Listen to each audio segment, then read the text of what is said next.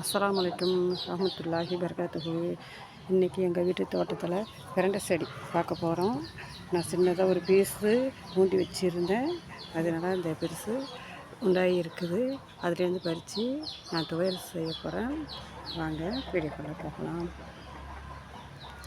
பிரண்டை செடியை கொஞ்சம் நம்ம உடச்சிக்கலாம். வேணுங்கிறத நான் கட் பண்ணிக்கிறேன்.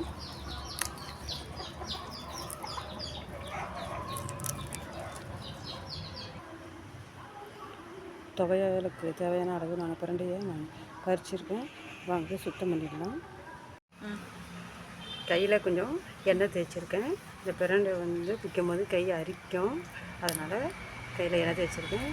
இப்போ இந்த பிரண்டையை பிரித்து இந்த 4 பக்கமும் உள்ள மேத்தோலை செதுக்கி எடுத்துடுவேன். இப்போ உரிச்சா அப்படி நார் வந்துடும். இதேமாரி எல்லாத்தையும் நாரெல்லாம் எடுத்துடலாம்.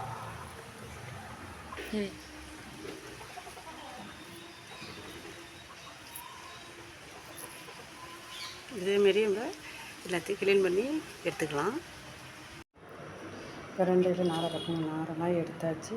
கடிக்கிட்டு எண்ணெய் விட்டு வதக்க வேண்டியதுதான். அடுப்பில் மண் சட்டி வச்சுருக்கேன். மண் சட்டியில் எடுத்து நான் பிரண்டையை வதக்க போகிறேன். மண் சட்டியில் வதக்குனிங்கனாக்கா அறுப்புத்தன்மை கொஞ்சம் கம்மியாக இருக்கும். 2 ஸ்பூன் நல்லெண்ணெய் சேர்த்து பிரண்டையை சேர்த்துக்கிறேன். நல்லா பச்சை மாறுற வரைக்கும் நல்லா வதக்கிக்கலாம்.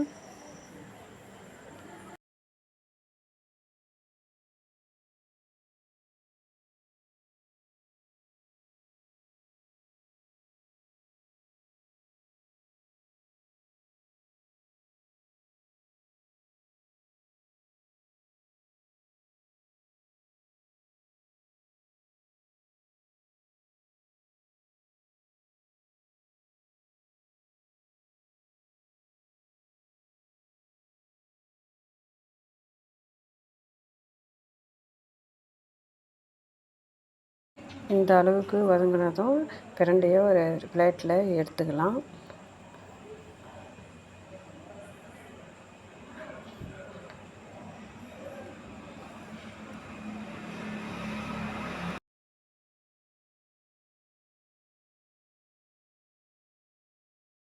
வெள்ளை உளுந்து 2 ஸ்பூன் சேர்த்து பொன்னிறமாக வறுத்துக்கலாம். அதில் பட்டை மிளகாய் ஒரு 5 அதையும் சேர்த்துக்கிறேன்.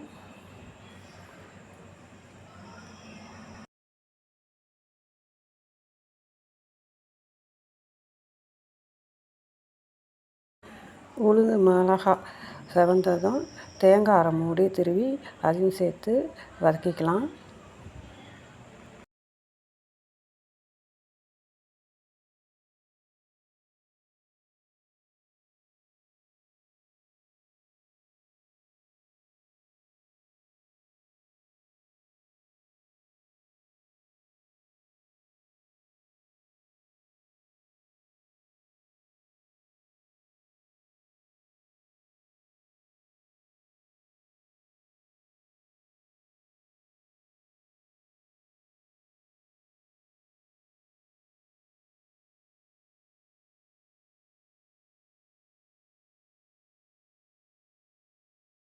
தேங்காய் பொன்னிறம் செவந்ததும் சின்ன வெங்காயம் 5 உரித்து சேர்த்துக்கிறேன்.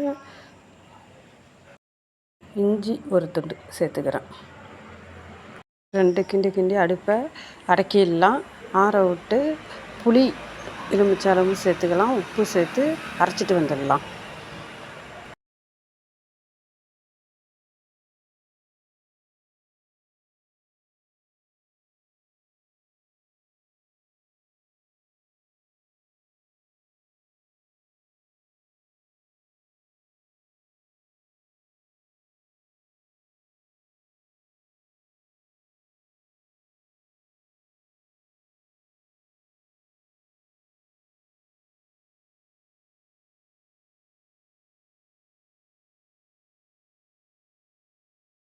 துவையால் அரைச்சிட்டு வந்தாச்சு.